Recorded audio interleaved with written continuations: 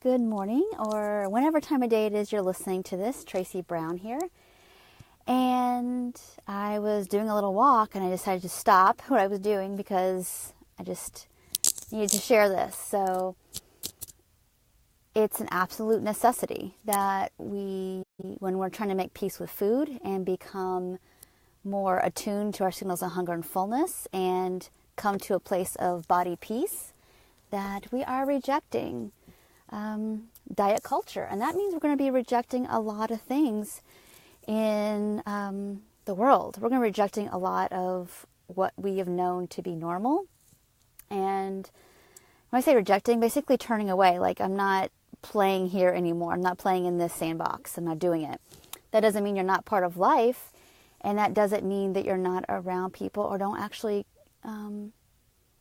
have compassion and mercy for people who are still in diet culture. I mean, there's many, many people I love that are in that in some way, shape, or form. And not bad people, not at all. Love them dearly. But it still means I'm rejecting the spirit of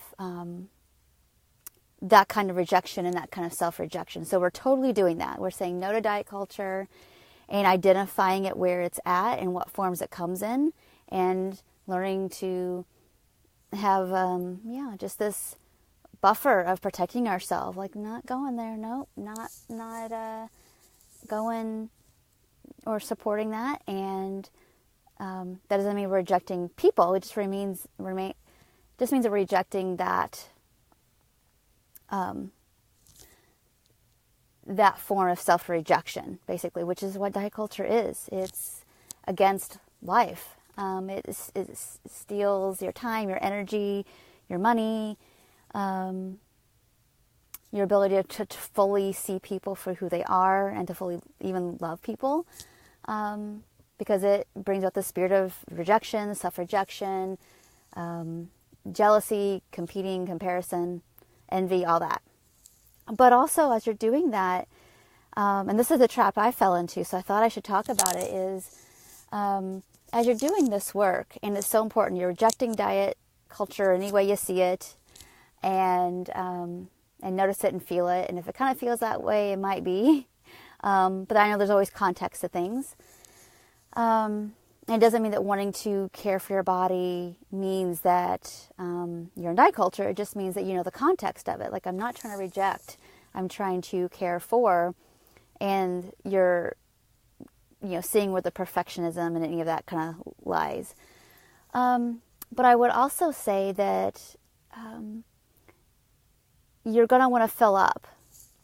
And what filling up means is, for me, the only place I found real, true peacefulness from wherever that hole was, that shame and that rejection caused, was filling up something bigger than myself, honestly, and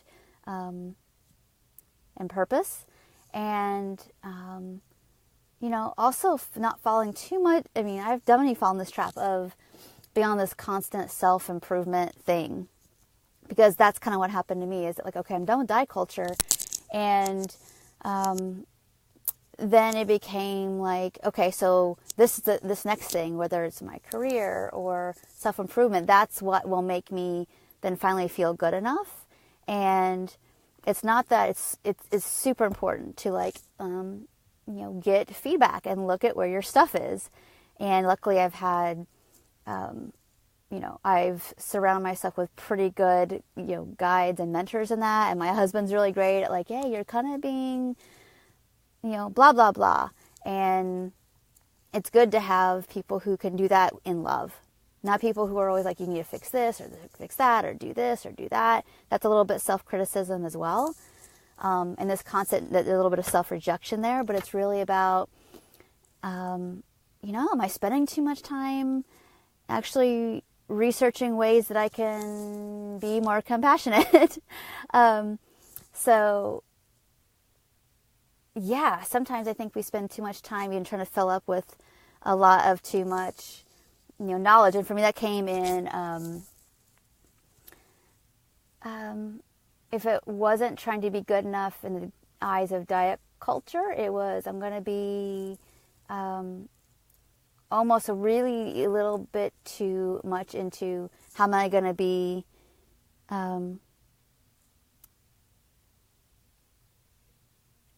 more fully, filled up with something bigger than me in life, and showing compassion and mercy for myself as well as everyone else, as well as not getting too fixed on trying to fix yourself all the time. And Holly Renee, thank you so much. Yeah, we're trying to have a bigger life. That's what that's really all about. And it's almost getting really clear, like, well, what is this all for? But it's not for, honestly, trying to constantly fix yourself as well. It's about, small joyful things, big joyful things. Yeah,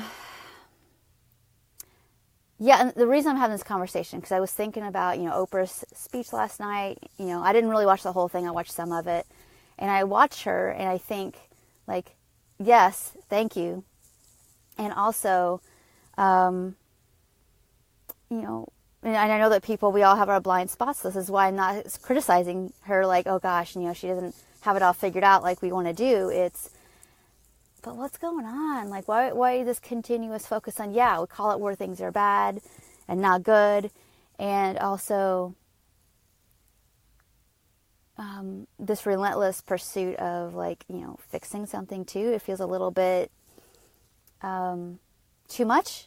And so what I guess the point of all this is, it's the beginning of a new year, and we all think that we're going to, like, fix some things about ourselves or do some new things. And that's not a bad thing. But I also think about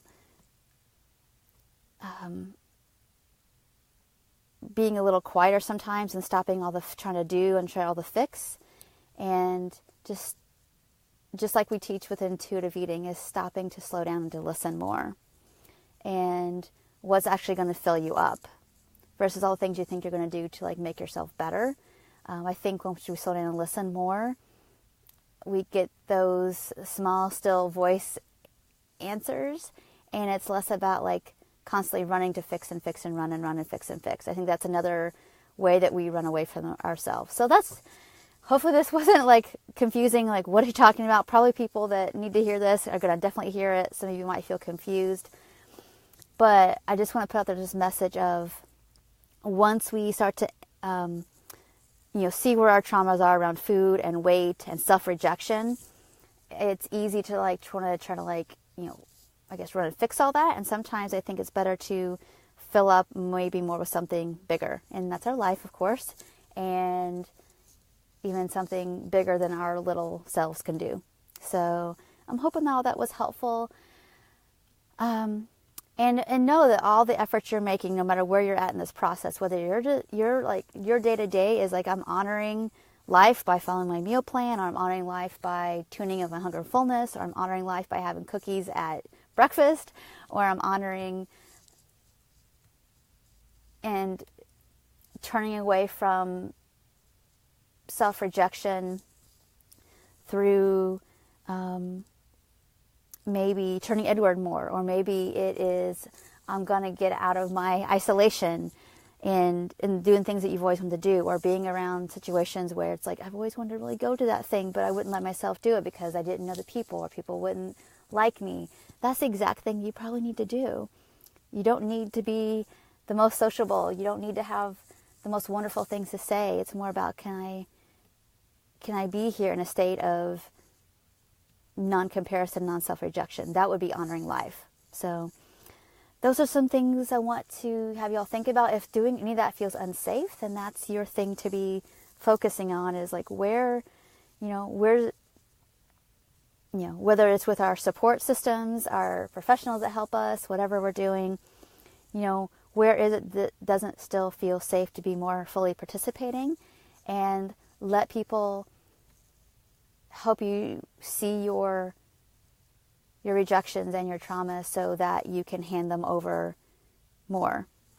So I'm hoping that's helpful to you, and obviously to get the help and the compassion and the tools to learn to feel more grounded in the here and know that you're safe, and all the things that come along with that. And that's part of the doorway that letting go of diet mentality offers us, which is insanely powerful.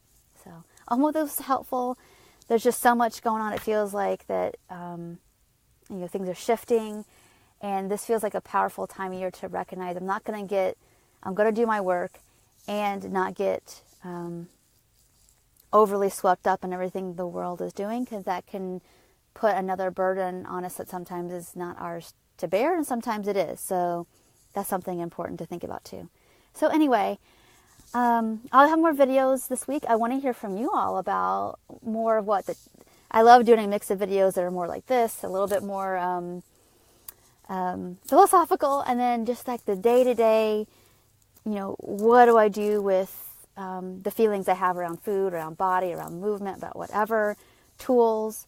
If you haven't noticed on social media, I do a mix of like new posts and old posts that I recognize that a lot of you haven't read or used, or maybe you haven't read in a long time and you can see it again with fresh eyes. So you notice probably every other day I have a post up, whether it's new or old, and then a mix of these videos in there too. So I'm open and available if you want to leave your likes and your comments below about what you need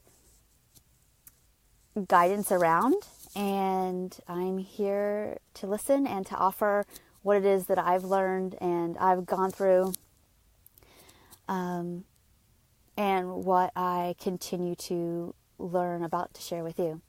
So thank you so much, and we'll talk soon. Take care. Bye.